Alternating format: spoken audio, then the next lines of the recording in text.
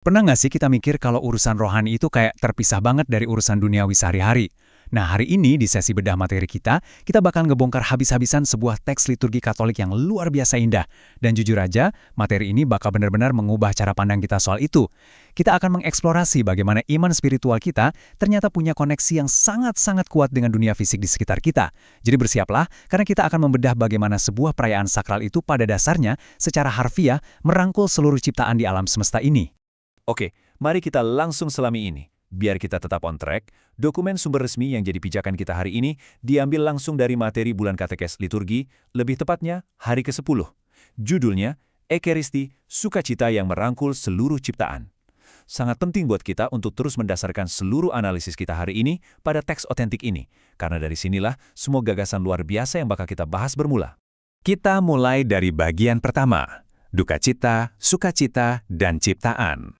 Untuk benar-benar menangkap kedalaman teks ini, kita harus melihat secara jujur realitas hidup kita yang bagai dua sisi mata uang. Di satu sisi, teks ini tanpa ragu mencatat sebuah tragedi.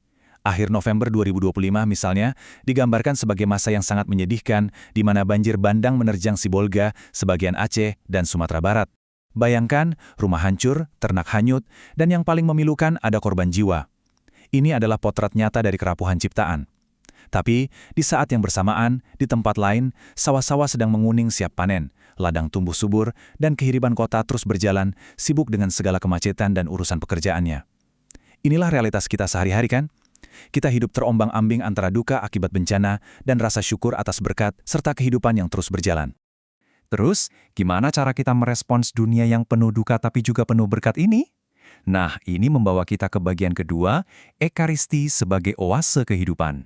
Jadi, poin krusialnya tuh gini, teks ini dengan sangat tegas menyatakan bahwa Ekaristi itu bukanlah sebuah pelarian. Waktu umat berkumpul, mereka itu nggak sedang berusaha sembunyi dari banjir, masalah sosial, atau deadline pekerjaan yang bikin stres. Nggak sama sekali. Sebaliknya, Ekaristi dilihat sebagai sebuah oase. Sebuah momen perjumpaan di mana seluruh pengalaman hidup kita yang kadang bertolak belakang tadi, sukacita dan dukacita, dibawa dan dipersembahkan. Sukacita yang kita temukan di sana bukan sekedar rasa senang yang dangkal loh, tapi sukacita iman, karena kita yakin bahwa Tuhan sedang aktif bekerja menebus dan memperbarui dunia yang terluka ini. Di oase inilah kita ngumpulin lagi harapan dan kekuatan kita. Nah, sekarang kita masuk ke bagian ketiga, bukti dalam doa syukur agung. Anda mungkin mikir, emangnya ada ya gagasan soal pelestarian alam di dalam ritual sakralnya? Nah, buktinya langsung ada di salah satu kutipan paling menakjubkan dari sumber kita. Teks ini mengutip doa syukur agung keempat yang berbunyi, "Engkau menciptakan manusia menurut citramu dan mempercayakan kepadanya pemeliharaan alam semesta." Luar biasa kan? Garis bawahi kata mempercayakan dan pemeliharaan. Ini adalah sebuah mandat.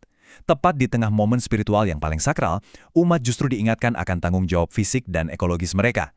Kita ini bukan sekedar numpang lewat di bumi. Kita secara aktif ditugaskan oleh Sang Pencipta untuk jadi pengurus dari seluruh alam semesta. Mari kita lihat bagaimana gagasan ini makin meluas. Di doa syukur agung ketiga, kita menemukan kalimat, "Sungguh kuduslah Engkau Tuhan, segala makhluk ciptaanmu patut memuji Engkau." Ini benar-benar memperluas narasinya. Ternyata, bukan cuma manusia aja yang lagi berdoa di dalam gedung gereja. Doa ini mengakui bahwa segala makhluk, seluruh ciptaan, entah itu tumbuhan, hewan, sampai lautan luas, semuanya bersatu dalam satu pujian kosmik raksasa. Liturgi ini dengan sangat cemerlang selalu ngajak kita melihat bahwa Tuhan itu pencipta dan juga penopang dari seluruh jaring kehidupan ini. Selanjutnya, bagian keempat, roti, anggur, dan alam semesta. Dan ini menurut saya dengan sangat cerdas menggambarkan inti pesannya. Benda-benda fisik di sini punya ceritanya sendiri. Waktu roti dan anggur dibawa, ingat, mereka ini bukan benda ajaib yang tiba-tiba jatuh dari langit. Langkah pertama, mereka adalah hasil bumi. Gandum yang tumbuh dari tanah, dan anggur dari tanaman. Langkah kedua, ada elemen usaha manusia di sana. Ada keringat petani yang menanam dan pekerja yang mengolahnya. Nah, ketika elemen alam dan kerja keras manusia ini digabungkan dan dipersembahkan, kita masuk ke langkah ketiga.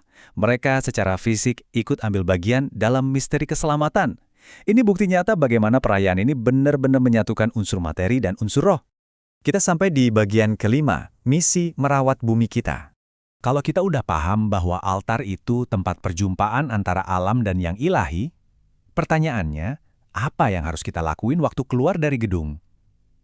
Dokumen katekese ini ngingetin kita bahwa rahmat yang diterima itu nggak boleh berhenti di altar doang. Meninggalkan perayaan ini artinya kita membawa 3 tanggung jawab dunia nyata yang sangat spesifik. Pertama, merawat bumi dengan penuh tanggung jawab.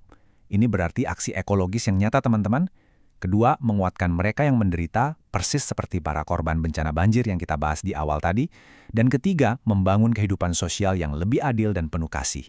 Ini jelas nunjukin kalau kekuatan spiritual yang kita dapatkan itu harus diterjemahkan langsung jadi dampak fisik dan sosial di dunia nyata. Akhirnya, kita sampai di penghujung sesi bedah materi kita hari ini. Dan dokumen katekese ini ditutup dengan sebuah permenungan yang jujur sangat menantang. Saya ingin Anda memikirkannya sejenak. Apakah ekaristi kita mengalirkan sukacita yang utuh, sukacita yang menyembuhkan luka, dan menyembuhkan bumi? Wah, ini pertanyaan yang benar-benar provokatif ya. Ini nantang kita semua buat ngevaluasi. Apakah praktik spiritual kita udah bawa dampak yang menyembuhkan buat lingkungan dan orang lain, atau jangan-jangan cuma sekedar rutinitas kosong? Saya harap analisis materi kita hari ini ngasih Anda perspektif baru yang lebih segar soal gimana spiritualitas dan pelestarian alam itu nyatanya nggak bisa dipisahkan. Terima kasih udah ngikutin sesi ini sampai akhir, teruslah mengeksplorasi, dan sampai jumpa di bedah materi kita selanjutnya.